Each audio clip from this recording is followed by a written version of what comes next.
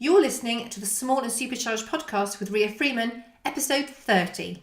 Hello and welcome to this week's episode. It is a good one. I know I will say this, but this one is so good, in fact, that I have created a freebie to go along with it. So if you nip over to my website, which is riafreemanpr.co.uk/freebies, have a look in there. There's actually 2 freebies in there by the time this goes to print. One has been up for a while, which is about Instagram stories. But this one, the new one, is all about social media graphics and how to create them in Canva. I've gone down a 5-step process route because I love Canva. I use Canva every day, I think. I use it for my own graphics, for my own social media. I've actually created the download on Canva as well. That's how much I love it. I use it for my podcast cover art. I use it for my blog images. If I've got a graphic going on there, I use it for my email header. I use it for the little calls to action I put at the bottom of my blogs. I use Canva a lot. And the great thing is it's free. And I do like free things, but you can also pay to upgrade to a different package if that's something you want. I have not tried the paid for, I'll be perfectly honest, because I am yet to find the need. The one thing that really does appeal to me is the resize option, and you do have to pay for that. So that's if you created a graphic and you wanted it to be the optimum size for all the different platforms. Whereas I tend to use the square one, which I'll talk about as well. And that is because it works with everything, to be honest. A square works quite well on Instagram, but also it does look good on all the other platforms. Whereas if you create ones that are very specific, you need to make sure they do still look okay on the platforms if you're planning to use them there. But the resize tool would be really good for that. The paid for options as well, you get additional templates, you get additional things like images or graphics that you can use over your work, whatever you're doing. You get free elements there. But as I say, I have not explored the pay for option. I use the free option, and I use it to create all my graphics. Even if I have a designer who has created elements for me, like a logo or something, I will then import it into Canva, into the download section, and then use it from there. So I really, really love this little bit of free software. It's all online. It's canva.com. And I know there are other options out there, but this is the one that I use, and this is the one I'm going to talk to you about. Obviously, this hasn't been endorsed or paid for or anything else by Canva. I just think it's a really, really good free tool, and I recommend it to everybody. It's something that I recommend to, I'm going to say, all of my coaching clients. It's something I recommend in the mastermind group a lot. It's something that I've recommended over and over and over again, and will continue to recommend because I use it so much. And if I didn't use it so much, I wouldn't. But it's one of these things that when you use it, you think, how did I not know this existed? So if you're looking to create just bog standard graphics, so things like quotes or top tips, Canva's brilliant. Also, if you want to drop your own images into the background, it's great. There are loads and loads of different templates in there as well, different designs that you can use. So I often select the social media option, which is 800 pixels by 800 pixels, but you can pick so much more. So I have also used the email header option, which is 600 pixels by 200 pixels. And I use that for the little calls to action that you sometimes see at the bottom of my blog. So things like, don't miss an episode, on subscribe on iTunes, or have you signed up to my newsletter yet? I'll use those. Obviously for the freebie, I've used the A4 option. So that's quite a big one. I've used loads of different things, to be quite honest with you. There's Facebook headers in there. They've got loads of designs that you can customize yourself. So loads of ones where they've got the dimensions already for you and you just go in and go, yeah, I'll have that. Or you can add your own dimensions if you've got something custom that you want to do. So even if you were creating an advert for a magazine, you could use Canva to do that, because you would have the option to add the custom dimensions in, and you could get cracking that way. I should also make it really clear, actually, I'm not a graphic designer. I love design. I do my own stuff. I do client stuff when things like social media graphics I'll do for them. but I am not a graphic designer at all, actually. Let's be honest. I really enjoy it. I love good design. I have been involved with graphic designers for years and years and years. I can use Photoshop on a good day, to be honest, but I haven't done for years and years. So it's not like I've got this high level of graphic design skill, and if you haven't got a high level of graphic design skill, you can't use Canva. Absolute rubbish. You can. It's a really, really good, basic but logical and clever little bit of software that just has so much scope with it. So I would urge you, whatever level you're at, go and have a play. It's such a useful thing to be able to do. Even if you want to just add a little quote from a blog that you can pull out of a blog that you've written and create that as a graphic, or have it on your social media to help drive people to your blog. It's a really useful little tool. So I want to talk to you a little bit about it because it's brilliant. So the first thing you do is you do need to sign up to Canva. So this is quite good because it means it saves all your designs. So my library of designs is pretty extensive now, but because I've signed up for it, they're always there. So I can duplicate them if I really like the design. I can fiddle around with them. I could add different pages. So I often have for my for all my graphics on social, actually, I've got different design templates, I guess, within the saved options. So with the podcast ones where I extract a quote each week, well, a few quotes, and promote those on my social media after podcast has gone live, I just duplicate the individual images, I guess, inside each file, and then just tweak the text, tweak the kind of attribution at the bottom with where it's come from, save it and crack on. So it can be really useful. So you do need to sign up. That's okay. Don't let that worry you. It's good. Also, you get the added benefit with Canva is it has got little guides inside. So if you're really struggling with a specific element of your graphic design, or you want to know a bit about font pairings or things like that, and you want to get a bit more into it, Canva have got a lot of free resources on their website that you can tap into and enjoy too. So again, explore those. It's a really good foundation for your graphic design and what you're going to do. In addition, it has also got templates. So I talked about the different sizes, but it does also have in each of the different sizes a lot of free options that you can customize yourself. Now, I've had a few people who have looked at these free options and said, well, I don't like any of those. That's fine. I never use any of the free options. I have done before and they were never quite what I wanted. But with all the elements there at Canva, it's really easy to make your own. So if you want to have a square graphic with a box inside it with 3 different types of font, you can just make it from scratch. You can select the square graphic when you are going to the design. You can go however many pixels you want it by, however many pixels. Then you can choose a background color, or you can pop in an image that you've downloaded. Then you can maybe put a box over it with where you would want to put your text and just knock out the opacity a bit so it's not as dense. And then click on the text and add that too. So you can really customize it exactly how you want it to be. Don't think that the templates are the only way you can do it. They aren't. There's loads of different ways you can do it, but the templates can help give you inspiration, and some of them are really good.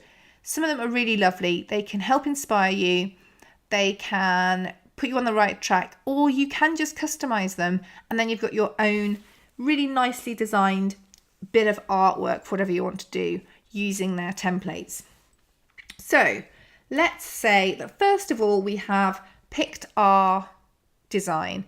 It can be anyone you've got, and click into the options. There are loads in there. You can do business cards, flyers, presentations, all sorts. When I did my first TEDx talk at TEDx Malvern, actually it was a year ago, I used Canva to do the PowerPoint presentation because I did not like the way that PowerPoint was displaying my images, and I didn't like the design of it, and I thought I could do it better, which is always a bit dangerous because I'm not great at slides. I don't like slides. I don't make them. I don't enjoy looking at them really. I like the information in front of me, or I like someone's talking to me. But I thought, no, I'm sure I could do this better. So I made each slide in Canva, and then I imported it into PowerPoint, and that was my TEDx presentation.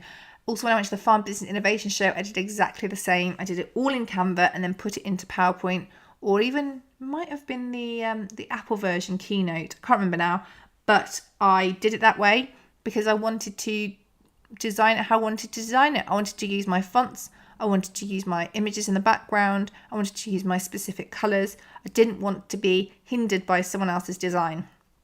So have a look at the options and decide which one you want to do. And if not, don't panic, just add your own pixel dimensions and you will have your own specific size, and that will then pop up below and it'll be white, and you can get cracking on that. Then you can look at either using a template or going more into the program where you can then pick the background.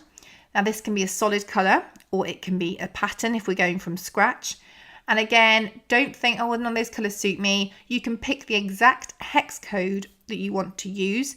So again, just click on the little image where the colour is displayed, and you can get your hex colour in there. Well, you can add your hex colour in there, and it will then allow you to use that colour on your text or on the background or on boxes and elements you want to add as well. So again, don't be limited. Don't think, oh, it won't do it. I have not found anything it can't do yet. It's just a case of knowing where to look. So you've selected your design now. And now is the exciting bit we can get cracking. So you've picked your colour, maybe you've picked your background colour, and then you can get started. So you will see in the text options, there's heading, subheading, and text. Again, it's really useful to have these functions because you can click them and it'll appear on your image you're designing. Then you can look up to the top and you can change the fonts. They've got quite an extensive font library in there. You can upload different fonts, but I think that's one of the paid for functions. But there's quite a lot in there. You might not find the font names that you're used to, but actually if you head to Google, you can put closest font to whatever font you use, and you'll probably find a very similar font in Canva. So that's a really good little hack around that. You can obviously change whether you want it italic, whether you want it to be bold, and you can even change the line and the letter spacing when you go into the further options, which again, sometimes with my Oswald font I use for things, I do actually space the letters out a little bit more because I think it can look a bit too cluttered. So you can actually mess around with that inside Canva as well. So now you've got all the text elements up there ready to go. Don't forget, you can drag them around, you can make them work for you, you can orientate them differently, you can twirl them around a little bit, you can put them on a skew, you can do whatever you want. Don't be limited by that either. There's options where you can adjust the alignment as well, whether you want it aligned left, aligned right, down the middle, all that is there. Just have a play with it, have an explore. Something I do sometimes is I add a box behind some of the text I'm doing. So I do this with the podcast cover quite often. If at the bottom, when I add the name of the podcast, I put it in a dark purple box. So the only thing that can sometimes happen with this, and it's really easy fix, is that you can add your different elements and they're actually layered in the wrong order because the program works on layers. But all you need to do is go up, and at the top bar, there's an option that allows you to bring things forward and push things back. And that might mean that you might have an image and you think, oh God, where's all my text gone? Where's my logo gone? Where's my coloured box gone? All these things. Just keep pressing up there until you get the different elements to move back and forward until you get them all in the right order. It's really easy to do. I believe Photoshop works in the same way as well, if my memory serves me correctly. And when you think, oh my God, I've lost everything, it turns out you haven't. It's just a different layer and you're not working on that layer. So you can move things back and forward there. You can put your boxes in if you want text in boxes. You can move those around. And again, go to the different elements and have a look there that they have on offer and see if any of those are going to help you in your quest. You can do something really simple, as we've said, like using one image as a background. But you can also use their frames option and frame your images differently and have different shapes or sizes or have more than one. So when I did my International Women's Day post, on International Women's Day, surprisingly, I had a grid with loads of different little boxes of people, different photos that I could just drag and drop in, and then it resized it according to the space. And then you can double click and go in and recrop it as well. But you can just pick one of those if you want to use a different, a number of images, or whether you want them in different coloured or different sizes of frame. There's loads of different options in there too. So you've now got your background, whether it's an image or a picture, and you've got your text and you've got your text boxes. So you're really final furlong now. You can add a logo if you want. I add my logo to a lot of things. Have it as a PNG file. This means that the background is transparent.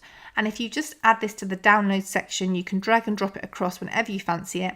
And it means that only your logo is displayed rather than it being displayed in a coloured box. When you go to download as well, it gives you different options. You can go for a PDF, or you can go for PNG, JPEG. You can go for print ready PDF as well. So there's loads of options in there. And again, just think about what you're using it for. If you're using it for a paper advert in a magazine, you want it to be high quality. You want it to be the PDF print ready version. If you're using it on social, you don't. I usually use PNG or JPEG files on social. And again, it just gives you a lot more options. So it's a really useful little tool, and I just used so much, and it doesn't feel right not telling you about it. I'd love to see your creations with it. It can be so useful, not just for social media graphics in a really obvious way. It can be really good for quotes and testimonials. And if you haven't listened to the testimonial one, go back a couple. It can be great for if you want to drive more traffic to a blog or an existing piece of content that you've already promoted once. So with the podcast being an example, as I'm doing the show notes, I always try and pull out 2 or 3 quotes, little quotable sentences that I can put into a graphic that I can then use to further promote the content I've put out. It can also be used for things like email headers that you want to change, Facebook headers, Instagram, you can change your profile picture on Instagram. So much. Any graphic design task you can use it for, and it can just really help to make you feel a lot more professional and a lot more like you're in control of a situation.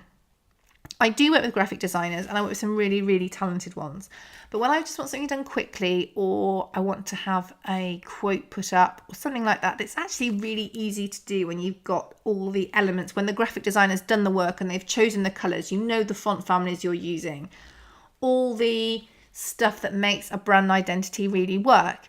Doing this can be quicker than trying to explain it, because it can be that you've got your quote from your podcast or your blog, and you just drop it in. The font you're using, the alignment, you've got your logo in there already, you've got the right colour of the background.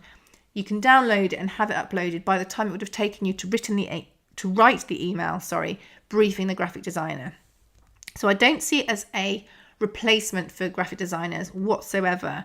I see it as a way of actually being able to use their assets and use their skills better, because they'll have given us these brand guidelines that we can then work with. And it means that we are also more in control of what we want to do. So if we want a load of quote graphics created, you can just go into Canva, pick your size, and you can just duplicate when you've got the background and the font correct and everything else. And you can just quickly change it. I can make a lot of quotes in a very short space of time in Canva, because I just get myself set up and I just crack on. The setting up is a bit that takes the time. You might even be able to get your graphic designer to set you up a template in Canva. And I have done that before with clients. And actually, when I release my new podcast artwork, that's been worked on by a designer. But each week I will be updating it and changing it inside Canva for my blog. But they've actually done the clever bit, which I wouldn't be able to do. But rather than me asking them to do it each week, which would be quite cost prohibitive for a free product like a podcast, I can do it myself. So there's definitely a really good way of using them both. And it will also mean that you can get your best work done by the graphic designer, but also think about what elements they can create for you that you can then use at different times too. So that is my little shout out to Canva. Flipping love Canva. It is one of the things I honestly recommend to everybody. I absolutely love it. It's such a game changer. So much so I've written a freebie all about it, and I've put some examples of some of the artwork I've created in there. I say I'm not a graphic designer because I'm not. And you will see this probably by some of the imagery that is in my example, the freebie, and the stuff that's on my grid as well. But the thing is that I wouldn't have a graphic designer do that work for me. I just wouldn't do it and it wouldn't get done, because at the moment, I wouldn't be comfortable paying for somebody to do my graphic design work when I'm looking at doing an Instagram post. I'm not saying that might change in the future, but for now, I want to be able to do it myself. I want to be able to do my show notes, drop an image in and crack on. And that's how it works for me. So I've put some examples in the freebie as well. I've put the podcast cover art, and I've shown how I actually use a couple of different things on there. I use different sizes of font. I always use a background that's an image. And I also knock down the opacity on the green, and I mess around with other little elements like that. Again, I'm not saying you should do all these things, but what I'm trying to show you is the scope. The scope of Canva is insane. And I think that I still can't quite believe it's free, put it that way. So there's some good examples in there, some different ways. I mean, most of them are the square graphics, I'll be honest. I have also shoved my the iTunes subscribing little, I think they actually called an email header, but it's not. I don't use it as a header, but you know what I mean. So that is what I do for that too. So go and have a look, download it. It's riafreemanpr.co.uk/freebies. And I really hope that helps you. I love Canva. If you're using Canva for anything and you put it on social media and you'd like to tag me, I would love to see what you've created. You can do it in stories as well. As long as you get the right dimensions, you can do anything in Canva. But I would love to see what you've created, ideally as a result of the podcast or of the freebie, just getting the inspiration, just going and having a really good go. So I'm at Ria Freeman PR over on Instagram too. Obviously, you can use the graphics wherever you like, but realistically, I imagine you're going to use them on Instagram or probably Facebook the most. So that is today's podcast. Obviously, if you haven't joined the Small and Supercharged group yet, which was indeed the group that this whole podcast is named after, go and have a look. And if you want extra help, do check out Mastermind. This is my subscription group, and that's at riafreemanpr.co.uk. And if you nip up to the top in the menu options, there's Mastermind, and that tells you all about that too. Thanks so much, and we will catch up next week with an interview. Take care.